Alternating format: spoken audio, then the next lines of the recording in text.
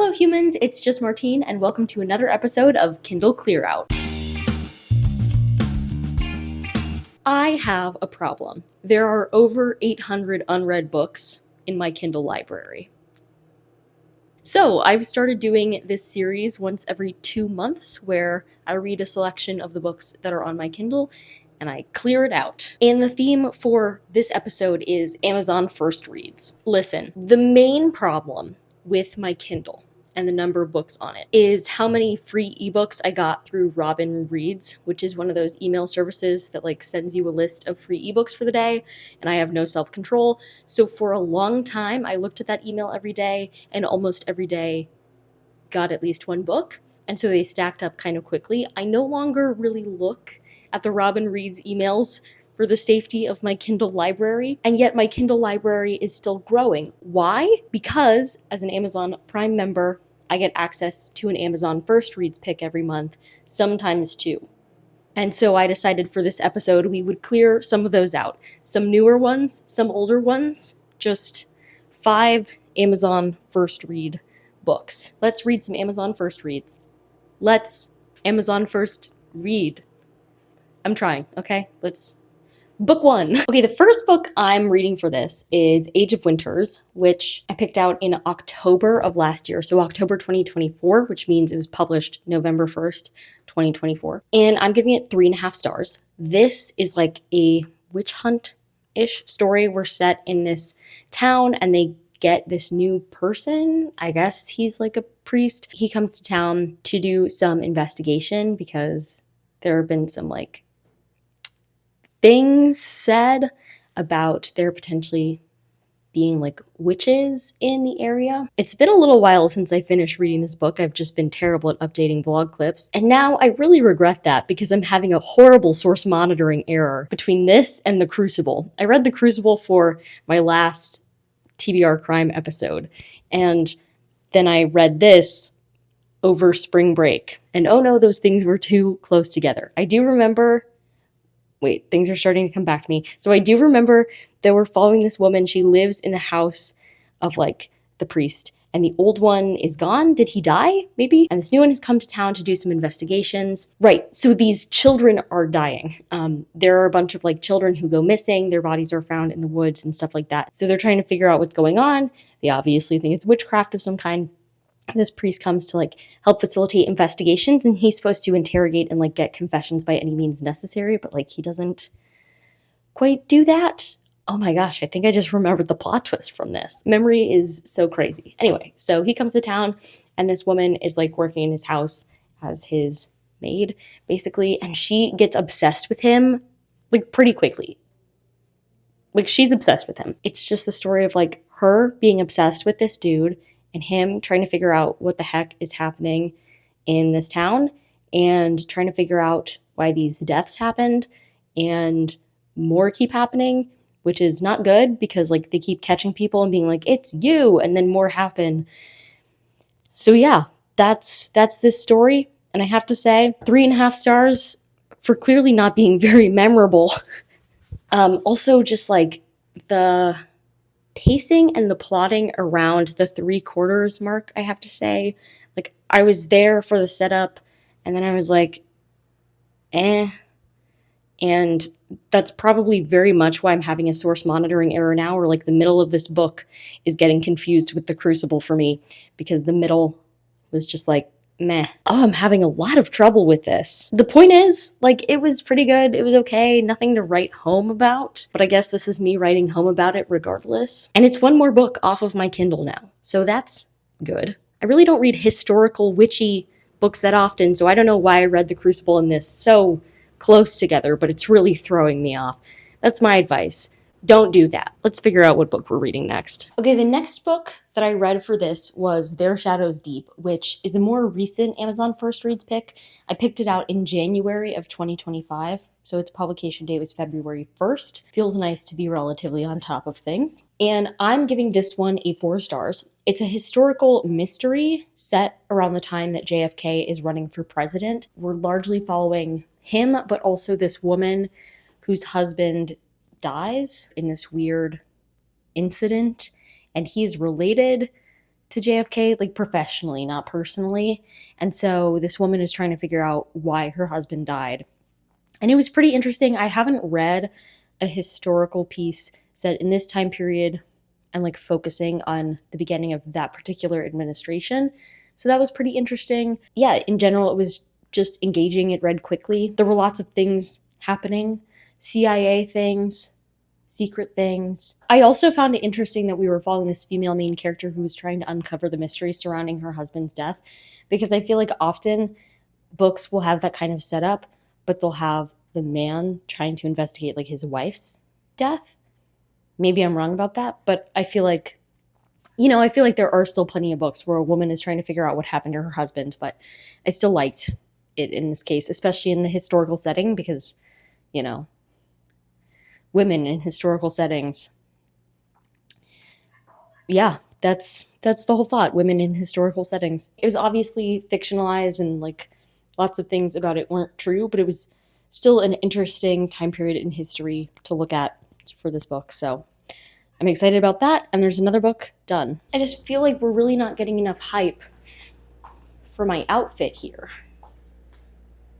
But I feel like I look like a jet from West Side Story. Okay, I felt that way because of the belt and the Converse, but looking at it now, I feel like I look a lot more like Danny Zuko from The Last Scene in Grease, except wearing Converse instead of dress shoes. So regardless, there's a certain vibe happening. And that vibe is a guy in a musical set in the 1950s.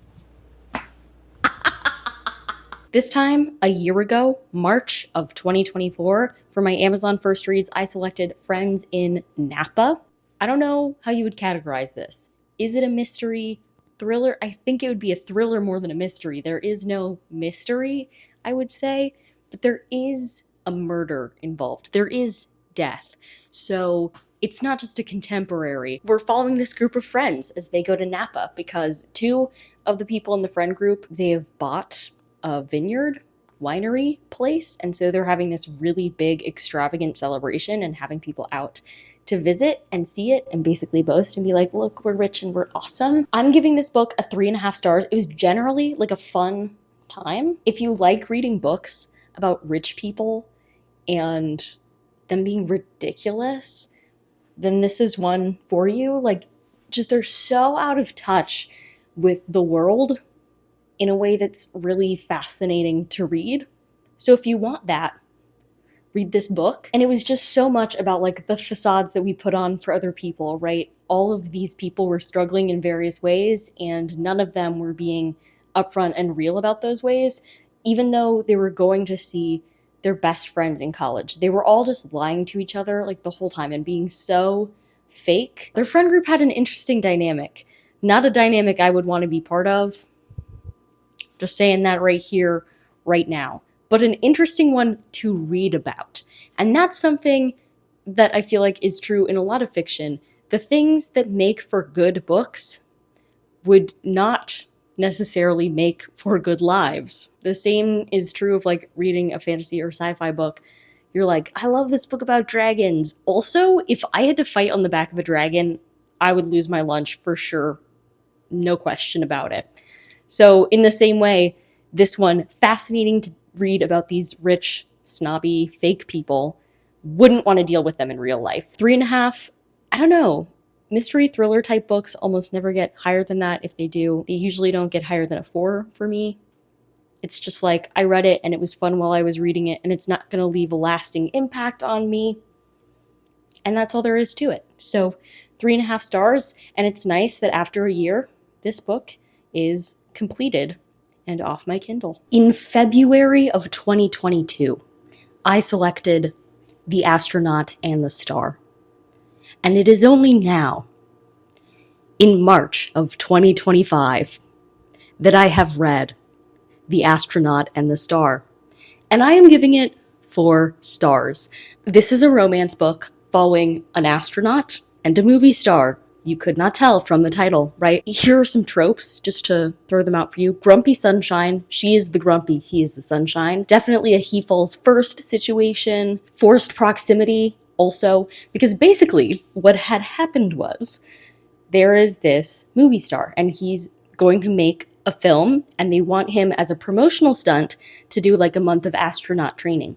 And they need an astronaut to do this training. And originally somebody else is signed up to do this training, but Reggie has recently had kind of a media blunder, and she's trying to repair her image, hoping that they will pick her for the Artemis 3 mission so that she can be the first woman on the moon. So, even though she is honestly terrible with people, she signs up to do this media month-long thing where she and this movie star will be living in a like fake lunar habitat together. What can I say? This was really fun. The main male character is so silly goofy, but also sweet and kind, and Reggie is like very not. She is dark, ambitious, and the way that they complemented each other was so interesting. The way that the main male character fell for Reggie, not even just in spite of those things about her, but because of them, was honestly so nice to watch. And for Reggie to learn to accept a little bit that other people are not going to do things exactly the way that she does or that she wants them to. I think these characters were really good for one another. They ended up in some interesting situations because of the whole like astronaut training thing, but also the social media stuff. There was a lot of tension, and there was definitely a back and forth because Reggie doesn't need no man, basically. But at the end of the day, I just had a fun time reading this. It was a silly, goofy time. I don't think I've read this exact premise before. I like that she's the grumpy, he's the sunshine. I feel like it's often flipped and we get like a brooding man and a bubbly girl, and like that's just less interesting to me. Golden Retriever movie star was fun. It was a fun time, and I'm glad I finally got around to this because 2022 was a while ago. This Kindle book has been cleared.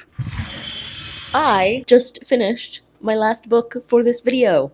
Yesterday I finished Hospital, and I'm giving it 2 stars. I feel like this book was too smart for me. Is it an allegory? Is it overly philosophical for me? I don't know. We're kind of following this dude in this dystopic future China, and he gets sucked into the hospital system because we're in the age of medicine where everyone is a patient. Sick people are healthy. There's like sick people are healthy, healthy people are the sick ones. I don't know. I don't know how to explain this book to you. This guy is trapped in a hospital. He can't get out, and they're not actually fixing what's wrong with him. That's the premise, and it sounds like an interesting premise. But like, what did this book do? I don't know. It felt very disjointed, which interestingly, when I was skimming the translator's note at the end, maybe because this book is kind of piecemeal, because the translator was working on it and then realized, oh, I think I've been sent the wrong draft of this. And so then they use that opportunity for the translator and the author to work together to make a new version of this story, different from the one that was originally published in Chinese. And so they kind of like, the way that the translator said was like they performed surgery on it, and it feels like it. I think the author was trying to do things that just went over my head. The writing was a little slippery, especially when we were just talking about philosophical concepts. Because like, it starts with these people exploring this planet, and they're searching the universe for other Buddhas. And then that plotline kind of drops completely, and we're following this dude in the hospital, and eventually he's talking philosophically about like who might be a Buddha, or like what being in the universe might be a Buddha, but it still felt completely unconnected to the start of the story. So like when I started the book, I was like, this seems different than I was expecting. And then it changed into more of what I was expecting, but we never addressed that jump at all. So that felt weird, and it just felt like it dragged, and some really weird stuff happened that made me uncomfortable. So I don't know. I just didn't have the best time with this. But it seems like I'm not alone, because the Goodreads rating is actually abysmal. It's like 2 point something, which I'm not sure I've ever seen. So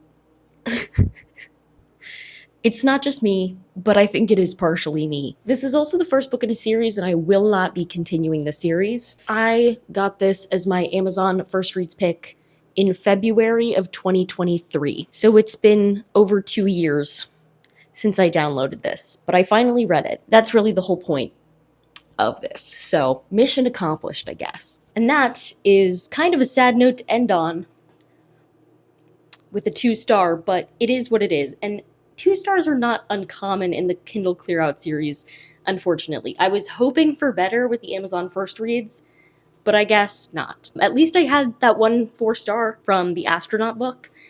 That was a good time. So it's not all 2 and 3 stars, just most. I'm gonna end this video here. If you liked it, go ahead and give it a big thumbs up. Comment down below. Do you get an Amazon First Reads book every month? And are you up to date on reading them, or are you, like me, also behind? And subscribe for more bookish and college lifestyle content. And until next time, bye humans, bye!